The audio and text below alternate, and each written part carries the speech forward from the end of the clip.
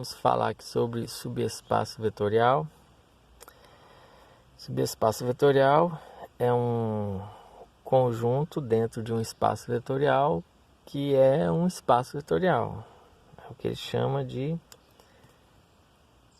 espaços menores, né? Por exemplo, dentro do R2, conhecido como plano, você tem uma reta que passa pela origem.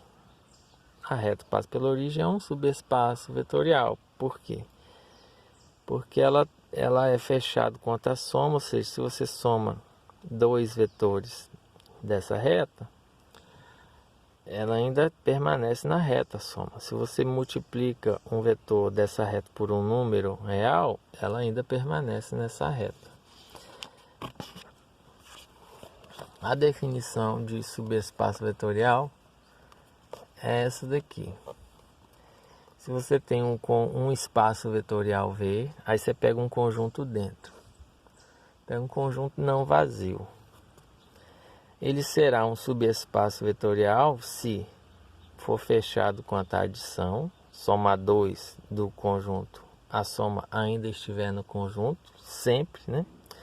Sempre que você somar 2 do conjunto, a soma ainda estará no conjunto. E ainda, sempre que você tomar um elemento e multiplicar por qualquer real, a multiplicação real vezes esse elemento ainda estará no conjunto. É fechado quanto à multiplicação por escalar e fechado quanto à soma. Essas duas condições garantem que ele é um espaço vetorial dentro do outro espaço vetorial. Por quê? Porque aquelas outras propriedades de espaço vetorial, vamos buscar elas aqui, essas aqui, elas são herdadas pelo fato de ser um subconjunto, exceto a existência do elemento neutro. Mas aí, quando você coloca na definição de subespaço que você quer um não vazio fechado em relação à multiplicação por escalar e fechado quanto à soma, então necessariamente o vetor nulo tem que estar nesse conjunto W, tá? É um exercício, é um belo exercício. Talvez esteja proposto aí na lista de exercícios do autor. Como exemplo, então ele pega o R3 como espaço vetorial e W, um plano passando pela origem. E aí esse plano é um espaço vetorial, um subespaço vetorial do R3. Um outro exemplo, ele pega o R5 e W como sendo os vetores do R5, mas em que a primeira é zero. Isso é um subespaço vetorial, em que a soma é definida somando coordenada a coordenada e a multiplicação por escalar é cada coordenada pelo escalar. Tá bom? Isso é um subespaço vetorial. Voltando aqui no R3,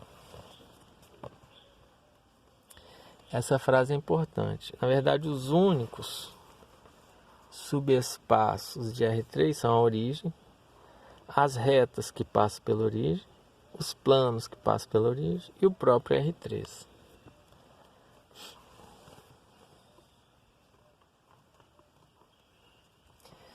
As matrizes quadradas como espaço vetorial e W, o subconjunto das matrizes triangulares superiores. Aí você pergunta, se você é fechado quanto à adição, as matrizes triangulares superiores é fechado quanto à adição, ou seja, se você soma duas matrizes triangulares superiores, o resultado é uma matriz triangular superior? A resposta é sim. Aí vem a outra pergunta, ele é fechado quanto à multiplicação por escalar? Ou seja, se você multiplica uma matriz triangular superior por um número real, o resultado é uma matriz triangular superior? Resposta é sim, ele é fechado tanto quanto a adição, tanto quanto a multiplicação por escalar. É um subconjunto não vazio? É não vazio. Por satisfeitas as três condições, é um subespaço vetorial. Aqui ele vem com a situação de uma... Ele pega um sistema homogêneo, um sistema linear homogêneo, né? Tudo zero aqui, ó. E pergunta se o conjunto de solução é um subespaço vetorial. Ou seja, se você tem duas soluções, a adição é solução? A resposta é sim, e faz a continha. Se você tem uma solução, a multiplicação por escalar é uma solução? A resposta é sim, ele faz a demonstração. E coloca aqui como exemplo que o conjunto de solução de sistema linear homogêneo de n incógnitas é um subespaço vetorial do conjunto das matrizes n por 1. Tente provar isso. Outro exemplo, dado R2, W a reta que não passa pela origem. As que não passam pela origem são subespaços vetoriais? A resposta é não, porque você pode pegar dois. Aqui está a reta que não passa pela origem. Ó, a origem está aqui, ela está aqui, não está aqui e não está passando pela origem. Você pega dois vetores, U e V, na reta, a soma, aí você vai para a diagonal do paralelogramo. Pronto, ficou fora da reta, ó, a soma. Né? Reta aqui, ficou lá. Não é fechado quanto à adição.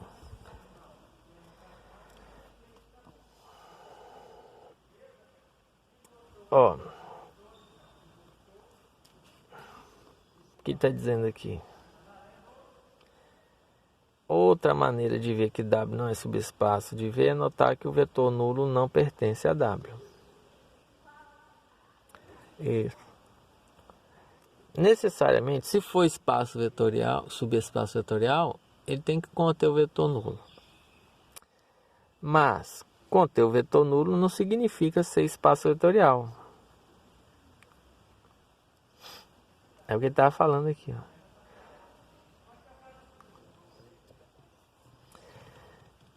Sempre que o vetor nulo não estiver em U, podemos afirmar que U não é subespaço de V. Mas não vale a recíproca. Você pode ter o vetor nulo no conjunto sem que o conjunto seja subespaço. Aí ele pega aqui um exemplo. X quadrado. Ele escolheu 2. O 1, né? Esse aqui é o quadrado desse. 4 é o quadrado de 2. Tanto U quanto V estão nesse W. Somou, deu 3, 5. Esse cara não é o quadrado desse. Ou seja, não é fechado quanto à adição. Mas passa pela origem. Por exemplo, 0, 0 está no conjunto.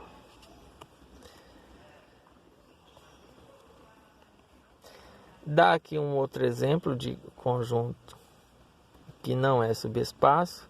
Aqui mais um, por exemplo, sistema linear não homogêneo, né? Não homogêneo, também não é subespaço. E aqui então encerra a sessão sobre subespaços vetoriais.